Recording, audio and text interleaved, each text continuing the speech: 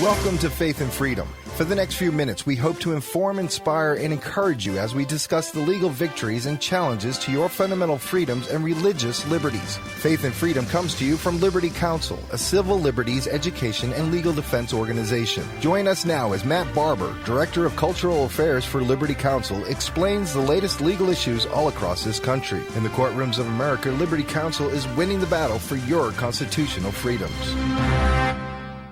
Liberty Counsel files 2 amicus briefs with the U.S. Supreme Court over Obamacare. I'm Matt Barber, Vice President of Liberty Counsel Action. Joining me in studio today is Deryl Edwards, President of Liberty Counsel Action. Well, Liberty Counsel has filed 2 amicus briefs with the U.S. Supreme Court addressing both the Anti-Injunction Act and the Commerce Clause. Liberty Counsel represents Liberty University and 2 private individuals in the case of Liberty University v. Geithner. The case is being held at the Supreme Court pending the outcome in Florida v. United States Department of Health and Human Services, which originated in Florida and includes 26 states, in addition to the National Federation of Independent Businesses. At the Federal Court of Appeals, the Department of Justice conceded that the Anti-Injunction Act does not apply and that the court should reach the merits of the case. Unfortunately, the court found a way out and said that instead the Anti-Injunction Act did apply, that Obamacare, the mandate, represented a tax rather than a penalty, and so the Anti-Injunction Act applied, which requires that prior to filing suit on a tax dispute, the taxpayer must first pay the tax before filing suit. And Deryl, Liberty Counsel argued, as did, ironically, the Department of Justice, that this did not apply. One can only speculate as to why the court found the way they did when every other single court that has looked at this has said this is a penalty, and the Obama administration is saying this is a penalty. Well, the Fourth Circuit, I think, found a way out here, and by saying this is a tax, we can't look at it. Well, we're taking it to the United States Supreme Court on that issue, as well as we'll get into in a little bit, the issue relating to the Commerce Clause.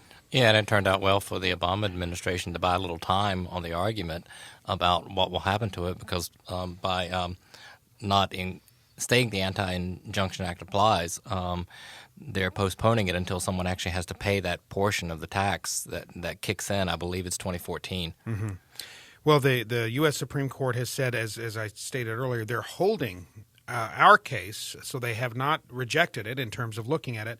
While they look at Florida v. the United States Department of Health and Human Services, they're going to be addressing the Commerce Clause issue, which essentially the government is asserting here that the United States Commerce Clause applies to this situation, that the individual mandate is indeed constitutional, because, first of all, as mentioned before, the Commerce Clause allows the federal government to get involved when interstate commerce is at play. They're saying here that the Commerce Clause, which the Supreme Court in the past has held, cannot be broadly applied like this. We have a lot of support case precedent in our favor. It's really a completely novel idea. This is the first time in history where the federal government has attempted to force people through a individual mandate to enter into the stream of commerce to purchase a good or a service. It is blatantly, I believe, unconstitutional, and the timing may not work out so well for President Obama if the Supreme Court makes a ruling on this as we get close to the November election. If it goes the way that many, I think most constitutional scholars think it will go, then that could really come back to bite President Obama in the general election. Yeah, and it seems like the Obama administration has attempted, and liberals for some time in Congress as well, have attempted to stretch the Commerce Clause just beyond all recognition. Yeah. The founders would have no concept of what they were talking about in this. I mean, they specifically, I believe it's 18 enumerated powers that they put into the federal Constitution that said the government shall do this or shall not do that. The federal government, the rest they left to the states. And the Commerce Clause was really simple, and if you study the history of it, it really was to regulate commerce between one state and another. They were having problems with who was charging a toll, who was charging a ferry crossing between New Jersey and New York, and there were simple things that were taken up at the time. But to come back now and say, we will force you to do this to buy something, and because we forced you to do it, now that's interstate commerce. They're sort of creating their own commerce by forcing someone to buy it and then claiming that it's part of under the Constitution. It's just ridiculous. Well, and for decades now, the burgeoning centralized federal government has used and abused the Commerce Clause as a catch-all, as a loophole to get around the restrictions placed on the federal government by in the United States Constitution, and people like President Obama who adopt this living, breathing model of the Constitution, who believe that it is whatever we say it is whenever we say it.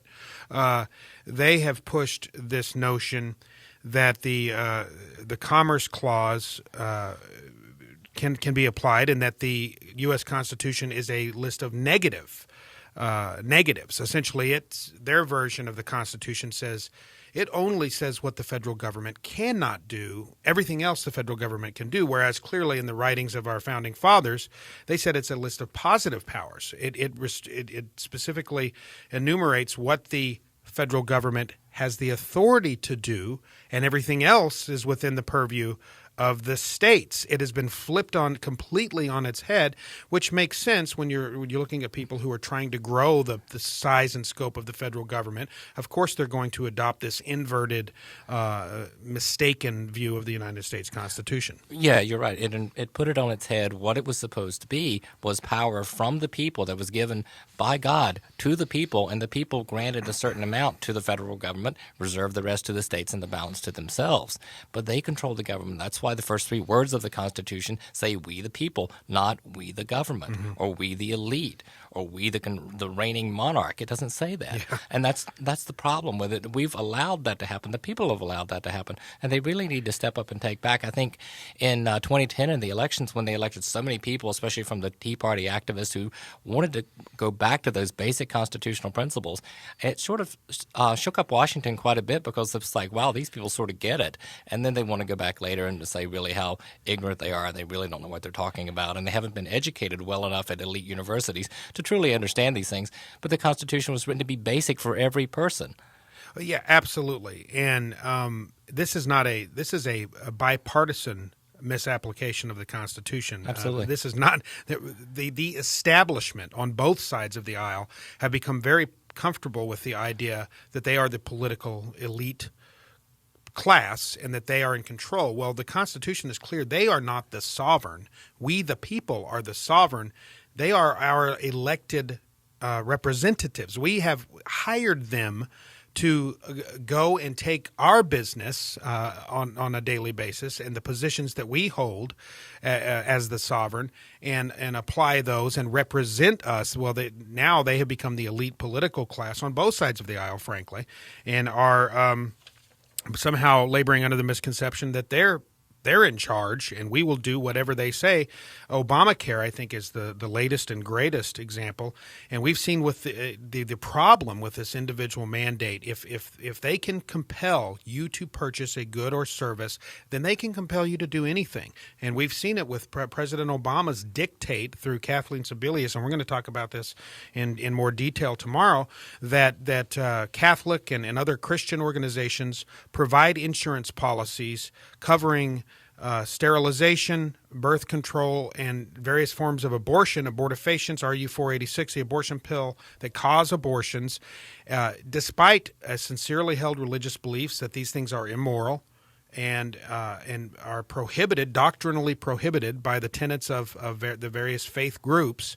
The Obama administration has said, no, we have written into ObamaCare unfettered authority for Kathleen Sebelius to do whatever she wants to do and say whatever she wants to say. And believe me, this is the precursor, and we'll talk about it tomorrow, for unfettered abortion on demand paid by the taxpayer.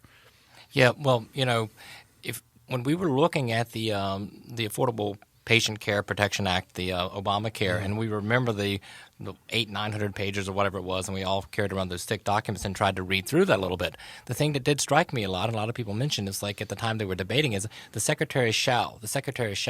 And, you look through that and you think, this seems like a blank check down the road. It should have, if you want to be enumerated powers, like why don't you say exactly what they do? But it's like, she shall determine, she shall appoint. And I was like, boy, you are leaving it in charge. And at that point, it really doesn't matter which party is in power. Yeah. Should the Democrats be wiped out in the upcoming election, you still have wrong things put in charge. Well, folks, the Obama administration with Obamacare has written a check that the Constitution will not allow them to cash. And Liberty Counsel is going to stay on top of this. We're continuing to fight in the courts to protect your individual liberties, to protect you from an oppressive federal government, to protect you from the dictates of Obamacare. Go to lc.org to learn more about how you can become part of Liberty Counsel's ministry.